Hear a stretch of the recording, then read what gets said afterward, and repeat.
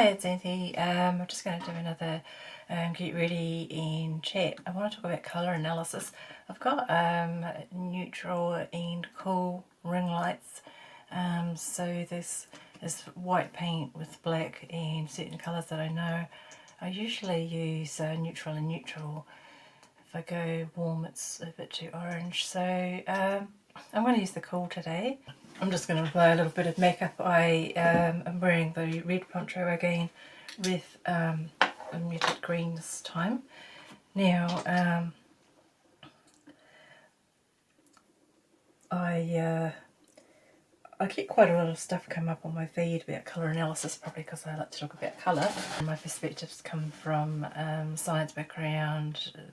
I'm a practising artist. I've worked in an assistant in the publishing industry with a colour and all of that. So hobby photography, highly commended internationally. So anyway, I've got lots of different avenues of experience. As far as colour analysis is concerned, I've had an interest in it when it was all the rage back in the 80s when I was a teenager. Now, back in the 80s, it was in New Zealand, it was the 4 seasons, and then they went from the 90s to 12, and then they like to call them palettes these days. But what's been happening is what has been all of these influencers and stuff talking about it, and a lot of it hasn't changed at all since that time. It's just revealed just how inconsistent it is. I don't stick strictly to the palette.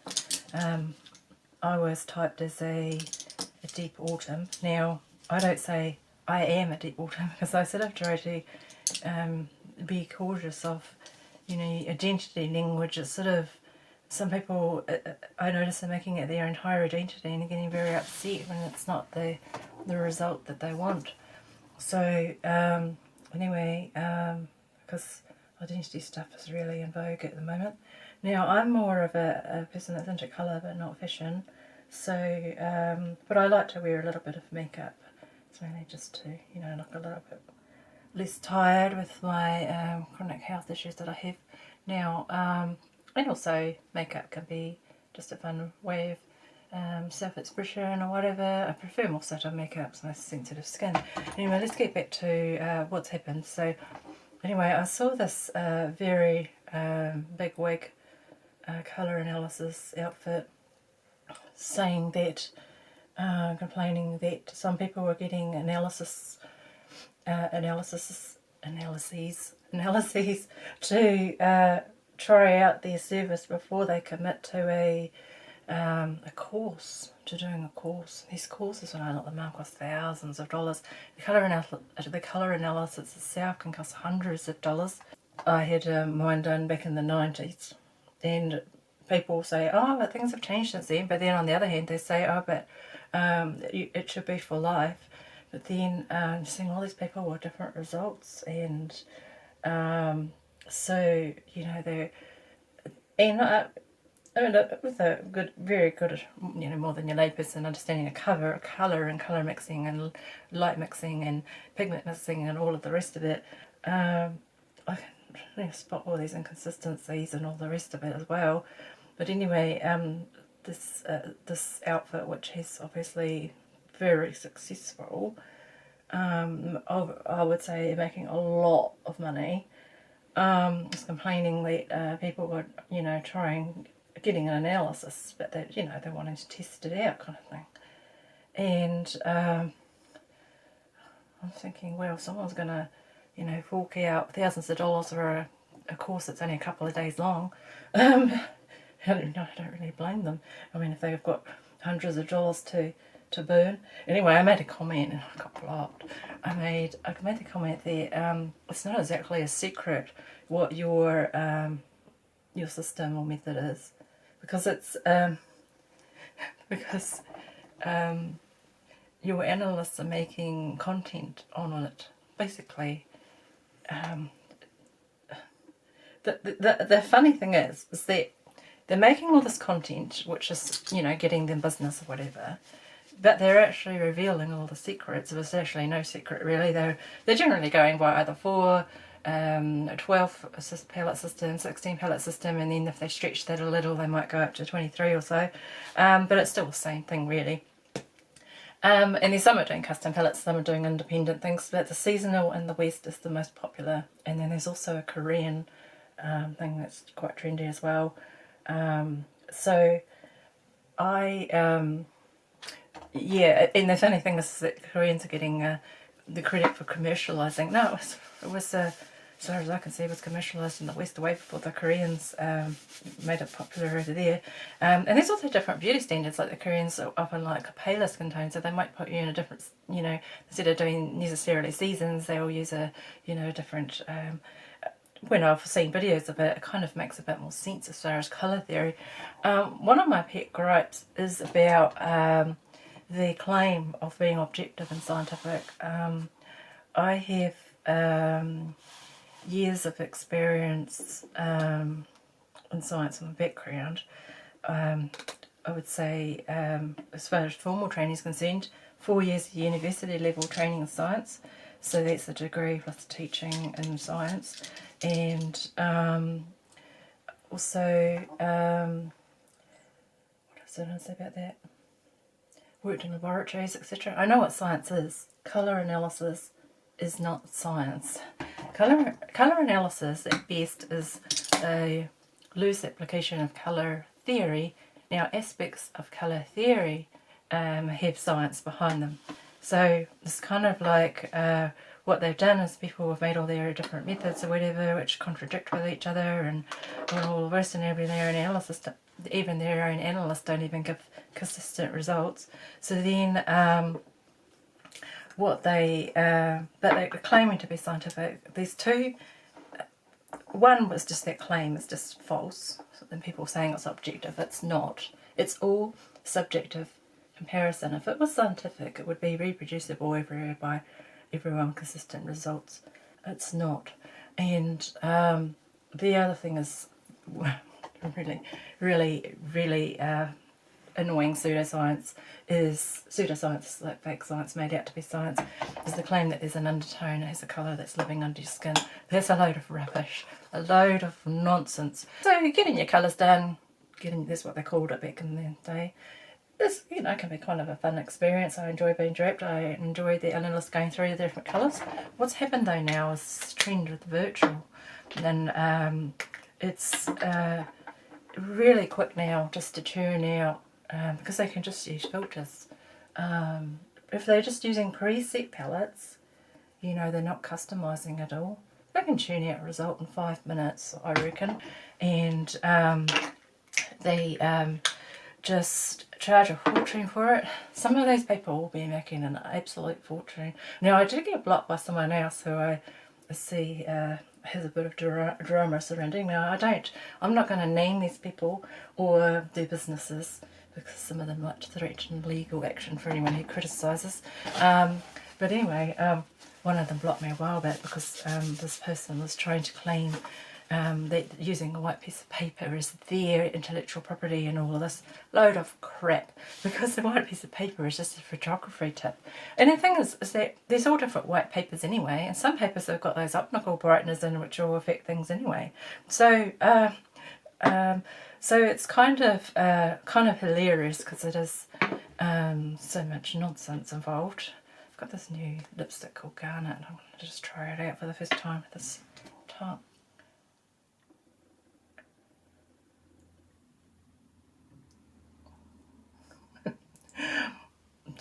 It's not fantastic. It's a little bit of a disappointment. It went better on my hand. I need to deepen that colour a bit. I'm just going to find one. Just going to find something else. Right, we're going to try, because this is leaning a little bit too orange for this particular top. I'm just going to go a little bit with the violet tone, so you can mix your warmer and your cooler together. This one's a deeper and muted. They're both muted. So I'm just going to try this over the top.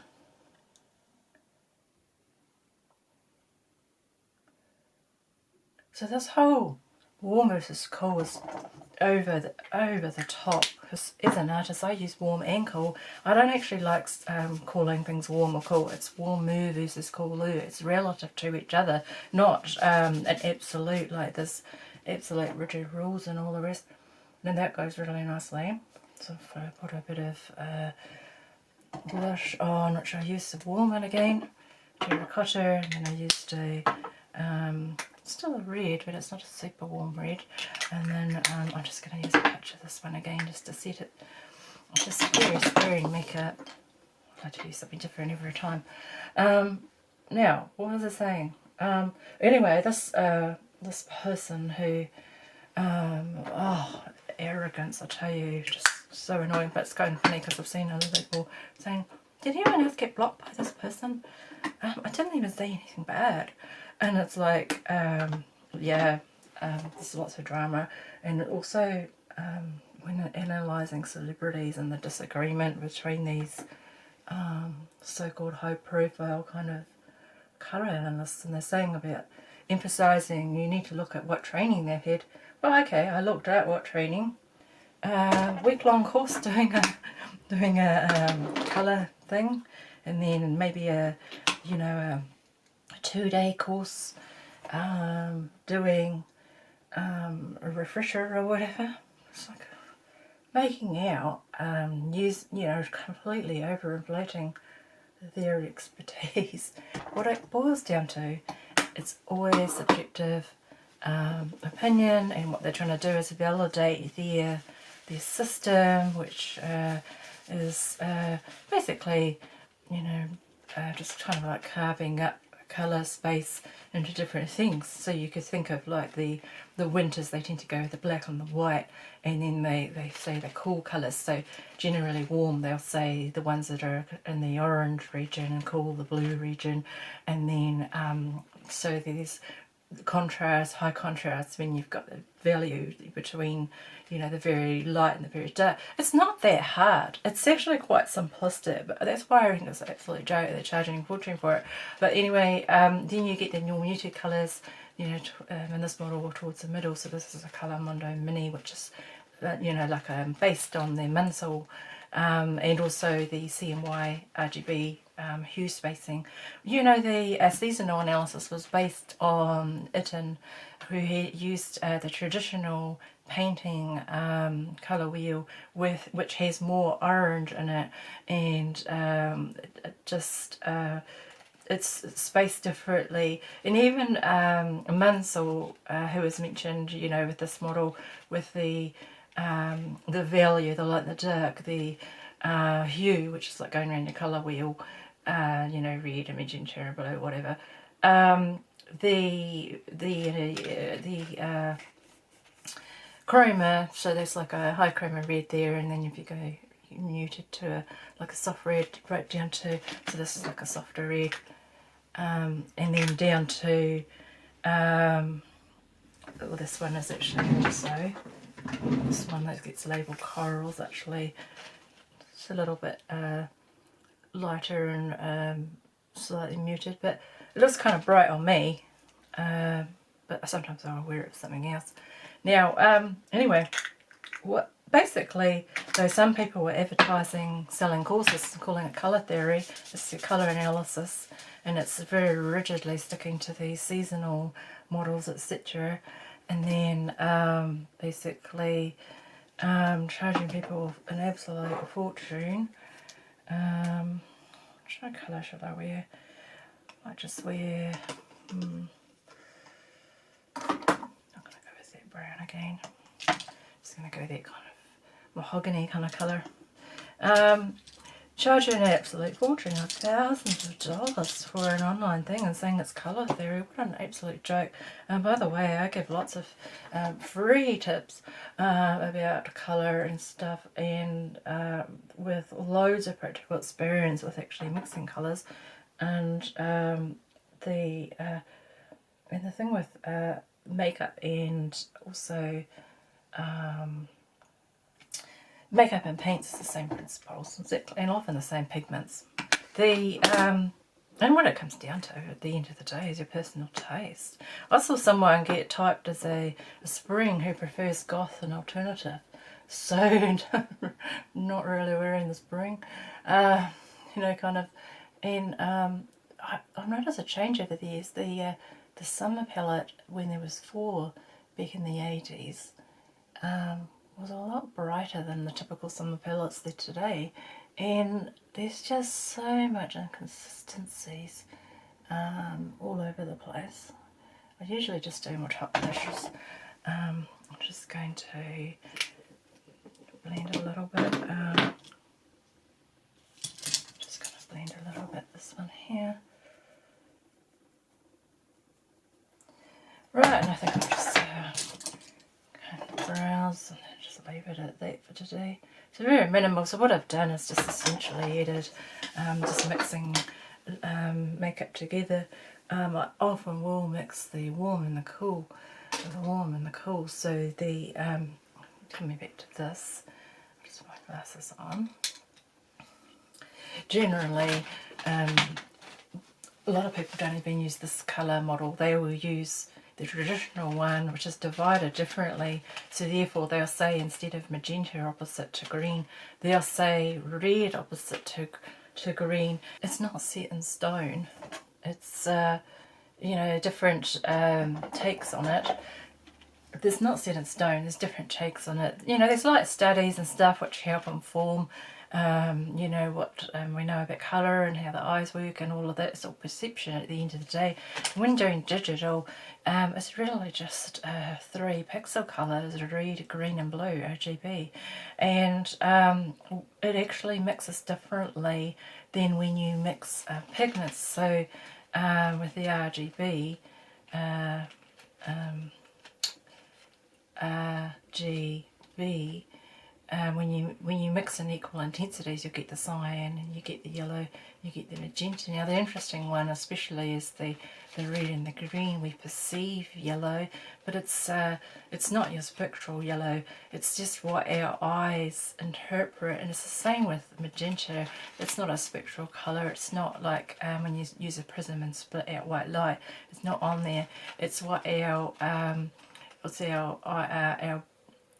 retina and then our brain interprets when we have a lack of the green. So it's not really kind of that hard to learn. So it's kind of like this whole snobbery around colour analysis. I mean, there's some people seem really nice and like to share things, about makeup, about, choosing makeup which might suit you and all. That's all, all very well, but this whole rigid, snobby kind of thing. One thing that I saw recently by one of these ones who likes to, see themselves as the expert over all experts, is that telling basically the more recently trained analysts to do the actual draping in person and not go virtual. I wonder if it's a competition or something, because the thing is that the virtual will be so much easier. When you're doing the in-person, spending at least an hour with the person trying on the drapes, you can actually drape yourself. It's just really, if you know what you're looking for, it's better not to use makeup. It's better to, have some natural light. Although, you may as well try yourself out in different lighting conditions if you're going to go into shops or whatever, and just hold the things up. Someone like me who's on a low income, I don't get to nitpick exactly which shade anyway, and it's kind of like it's holding up a couple of options. There were 2 ponchos that I liked. One was a more kind of yellow ochre kind of colour, and yellow ochre is it's kind of like an earthy colour. Yellow ochre with earthy pigments would be one of the kind of dominant kind of pigments in my my complexion. So it was sort of more like that colour, but maybe a bit brighter. And then the other was this one. I just hold it up, look in the mirror, by some, go by the door or something, or the window, and then to see some natural light. The yellow one just exaggerated the yellow of my complexion in a way that I did not like. It comes down to preference again. The red I did like, and I just thought this is a nice extra layer for autumn. We've only got 2 more weeks to go before we're officially into winter. Now, the other thing that's interesting about colour analysis is, the seasonal one, it's all based on stereotypes and the personalities, even, like saying that, winters are supposed to be dramatic, etc. Springs are lively and bouncy or whatever. Now, the lighting conditions changes where you are. Like here in New Zealand, for example, it's a sunny day today. We've had some dreary weather, but we've got a sunny day. Everything is reasonably muted at this time of the year going into winter. It is, and in the winter time, the autumn and the winter, we have shorter daylight hours with the sun relative compared to the horizon is low. So the lighting is generally warmer, rather than in the summertime we have very long daylight hours. It's just to do with the tilt of the planet and everything. So we end up having very long daylight hours. The colours, and on a fine day, look very cool, very high contrast. So it would be, in a way, here in New Zealand, that the winter and the summer should be swapped around, if anything, because it's supposed to be inspired by the seasons. But which seasons? Depends on which place in the world you are. And also, it was originally based more on lighter skin tones. The seasonal version was actually inspired by Johannes Itten in the early 1900s, I think it was, if I recall correctly. Now, a couple of fashion designers ran with the idea, so he sort of just did an art exercise dividing colours up into seasonal palettes, earthy ones, like rich, like, this kind of thing, I guess. Even though neither of these colours are actually in my palette that I was given, my swatch. Now, it's just, but the whole concept was commercialised, made very famous by a book called Colour Me Beautiful back in the 80s. I borrowed the book from school library. Now, colour analysis actually existed before that time, before the 80s, before the 30s, and whenever Johannes Itten was doing his colour art exercises and whatever. And even before that, it actually, as far as I can see when I looked into it out of curiosity, has existed since it's actually existed since synthetic dyes were invented. So that was back in Victorian times. The first colour, which was invented by accident, was a colour called, which they called mauvine, I think, if I recall correctly. It was basically a purplish colour, and everyone was wearing it because it was, something new and different. And then following that, a whole bunch of other dyes were invented. The chemists invented all these colours, you see. And then it's just, and that's incidentally what my degree is actually, is chemistry. There was a man, a French chemist called, I'm not sure how to pronounce his name, Michael Chevrel or something like that, who was hired to, this is what I could recall from a while back, looking it up, to look at why some dyes looked dull next to each other, the clothing, because the clothing industry and all of that, taking off. It was, so he came up with this theory, I think it was him, simultaneous contrast, looking at how when you put certain colours next to each other, they can make each other look more vibrant or not. So it's kind of, and also apparently, I think it was from him, who's giving advice about back in those days, if you have red hair, certain colours will suit you and da da da. So it's kind of, it's been around for ages. But I was really surprised to see it popularised again more recently, and I just see it everywhere now because, I talk about colour, I seem to, the algorithm recommends me, so it was quite funny that I left just one comment and just got blocked. So, because the thing is that these things aren't a secret. It is not a secret that these systems are terribly inconsistent, and even with their own analysts, and that there is a a large degree of arrogance in it as well, and some are just straight out calling it a scam, and yeah, it's another thing that I've seen. I've seen the olive becoming very trendy. I was called olive back in the 80s before it became trendy. I'm kind of thinking, oh, maybe I shouldn't call myself olive anymore. Just call myself beige or something. But it's just some kind of colour analysis say there's no such thing as olive, because people with complexions like myself, which have characteristics of both warm and cool, it's not either warm or cool, we don't fit those models. So it's just like pretend we don't exist, you know. So anyway, I find colour, I'm really interested in the art and science of colour, but I do find it really frustrating when I see people who are just torn up about, oh, you know, their identity being a certain palette or whatever. And the thing is, these palettes can be really restrictive. I get complimented on colours I wear which aren't in the palette, and some of the colours which are in the palette that I was given don't suit me at all.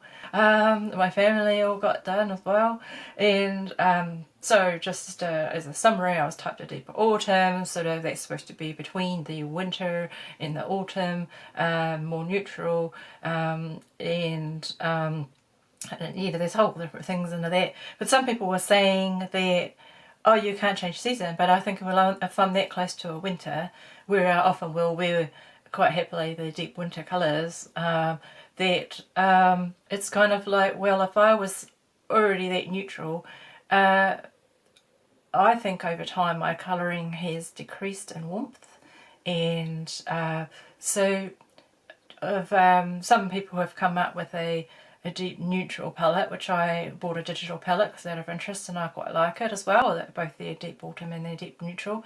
The thing is, without getting analysed by them because it costs a fortune, but the palettes were very reasonably priced, and I thought, well, you know, I quite enjoy, let's just have a look at these. You know, you don't have to wear the colours, and it depends on what's available as well.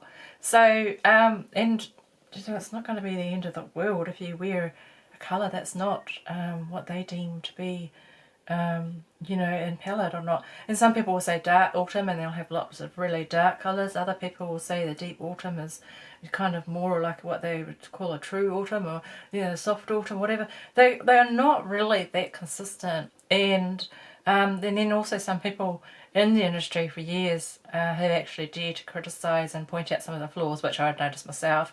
For example, there would be you know, like the deep, so deeper, you know, sort of, if this is a mid value, the sort of deeper colours going this way and then lighter colours going that way, they would say that the warm, which would be by the orange area, would always be muted. But then some are more vibrant, you know, so, but they don't fit the light. They say so with this model, the springs would tend to be the brighter ones, with some of these greens and yellows and orange, etc. And in the summer they tend to now make more muted, so they go with some of these blues but mute them down a bit, you know, kind of sort of mauves and things. The winters they'll have the, you know, more magentas and the purples and all that. The autumns tend to be kind of sort of more the browns, and I think as I say, most of these browns I don't even like on myself. I prefer, if I'm wearing a brown, a very dark chocolate brown I like, especially for pants because it's the same colour as my hair. But, you know, I prefer more the red. And they like to say, compare, are you warm, like are you orange or are you magenta? No, my best hue in between is actually red, and I know this because I keep getting complimented on red. So and when I wear magenta, if it's deep enough, like a magenta like that, rather than a light or bright magenta, I can get compliments on it. And I like even going with makeup into the violet a little bit. So I think about if I'm going a little bit violet, but anything really intense magenta, like really bold magenta lipstick, is just bad on me in all kinds of ways. But going with the muted purple, going deeper, it's actually I quite like. and then going with the deep reds I like as well. So there's most makeup, unless you're going to go and wear green lipstick or something, most makeup is actually really in the sort of orange, red, magenta, purple range of lipsticks. And then, you know, you have your dark, and then you go browns, and your light, and then you got all your peaches and pinks or whatever. It's not really that complicated. And I don't mind sharing stuff that I know for free. And because, you know, why not? People enjoy colour, but not being shackled to this whole system that people want to, you know, kind of use to basically rip people off. That's what I don't like about it. But it's your choice what you do with your money. Thanks.